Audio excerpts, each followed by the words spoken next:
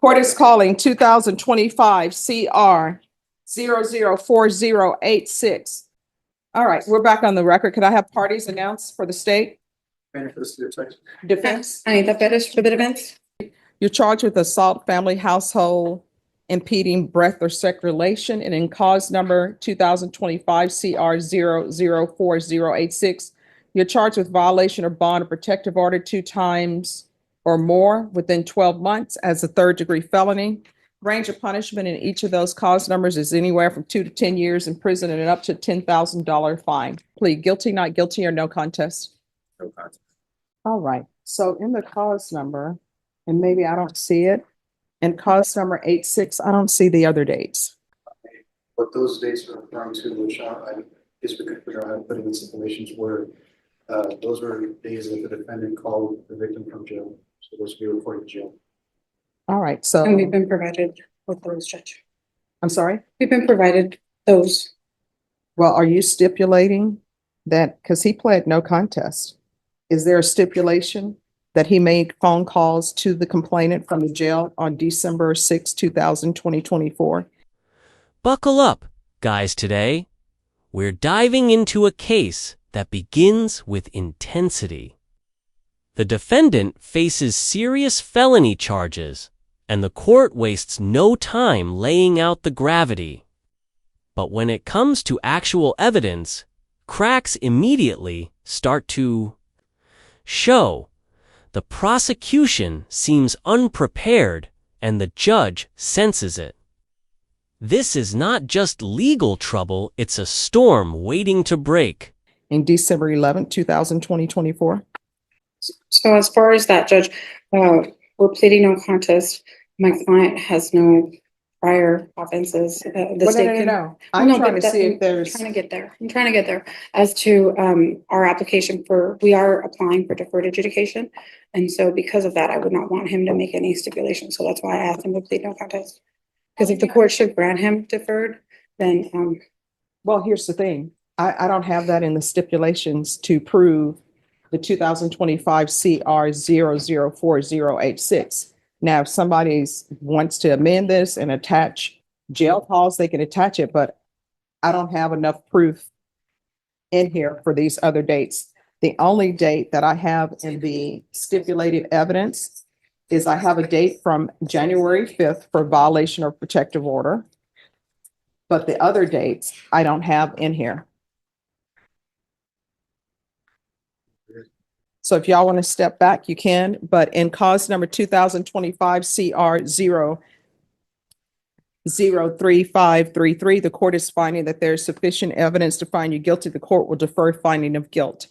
It takes about 8 weeks to 12 weeks for a PSI. If you would like to have him come back without a PSI, but just have time to call witnesses, you're more than welcome to do so. So I've conferred with my client, and I've also contacted family members, and my client wishes to waive PSI, and just have the court, and that was why we took a little bit of a recess, Judge, before we got on the bench, is just to confirm the.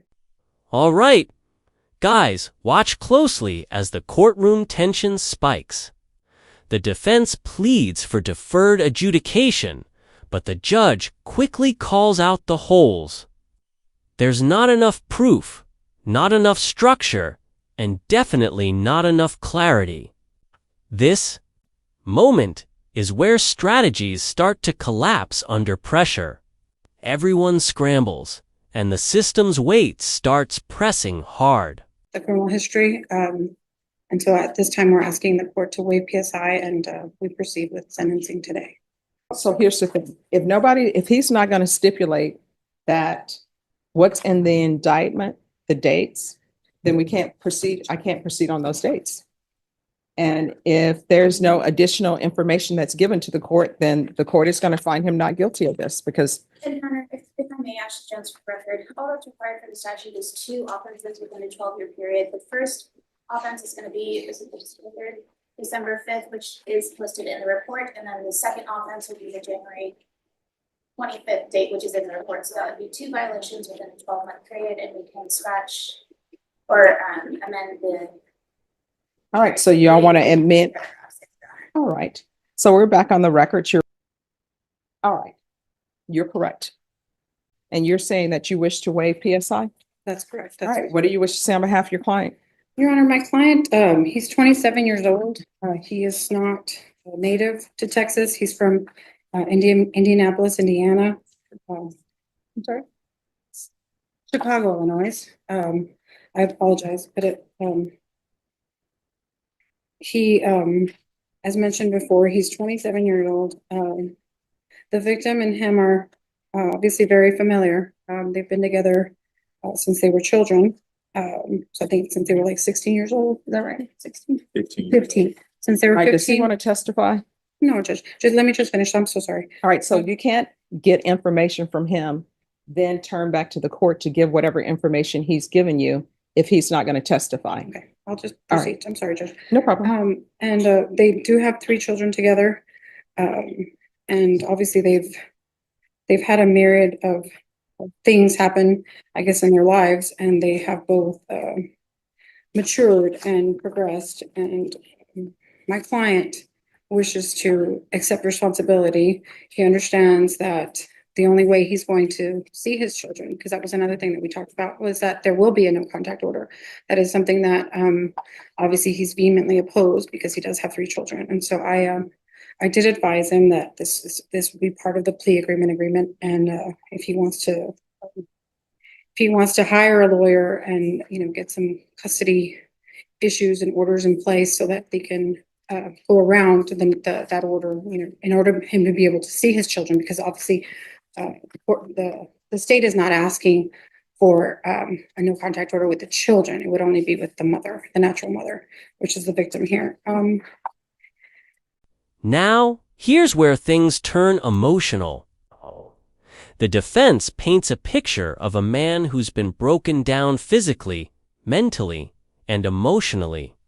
From health issues in jail to a history with the victim since age 15, it's a full pitch for mercy.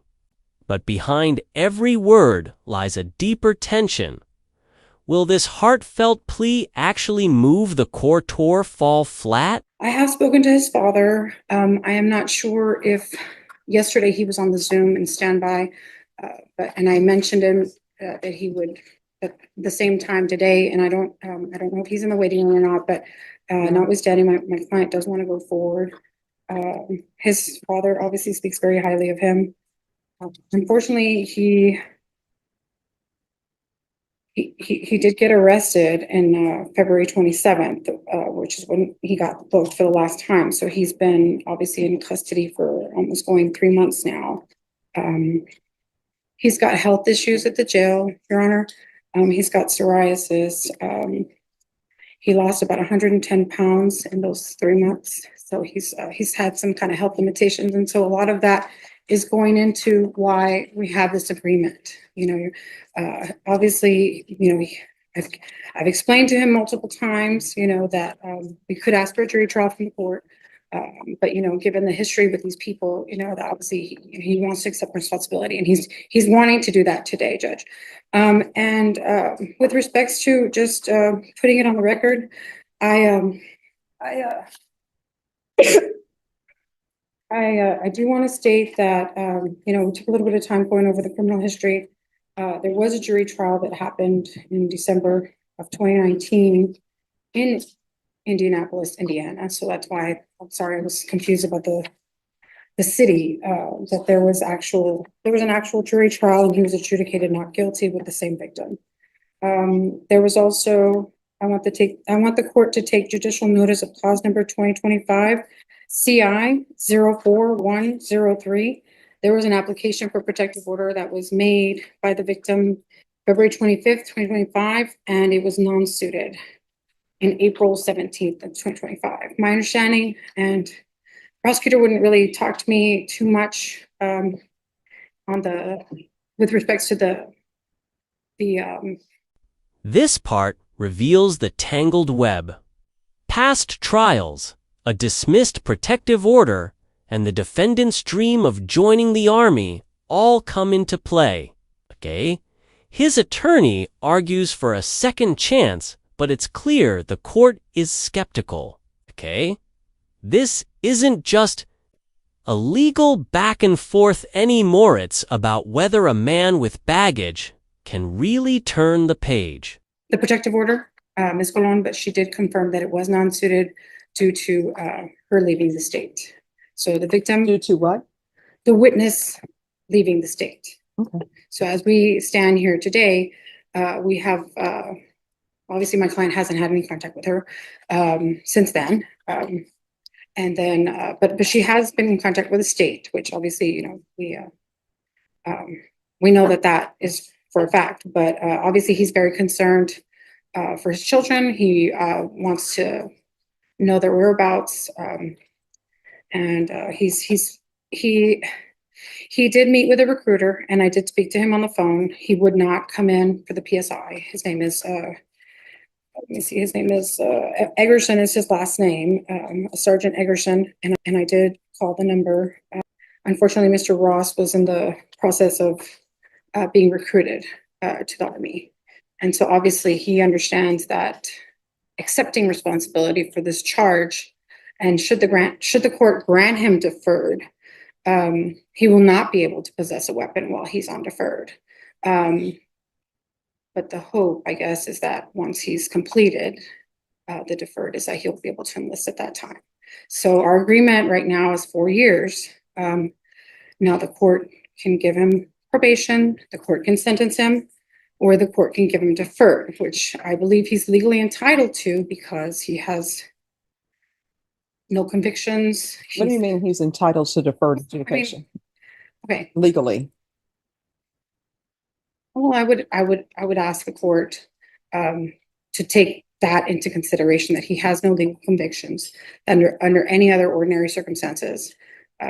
He has no prior offenses, Okay, but convictions. And so, But if you're because he's a saying he's- first-time offender, all right, but if you're saying he's legally entitled to deferred adjudication on this I case, have no statute. oh, If the court, I have no statute, but I'm just saying as a matter of principle, as a matter of, mercy on my client, the court, I should hope, at least, because again, he's also been in contact with, being recruited, that he would be granted deferred adjudication.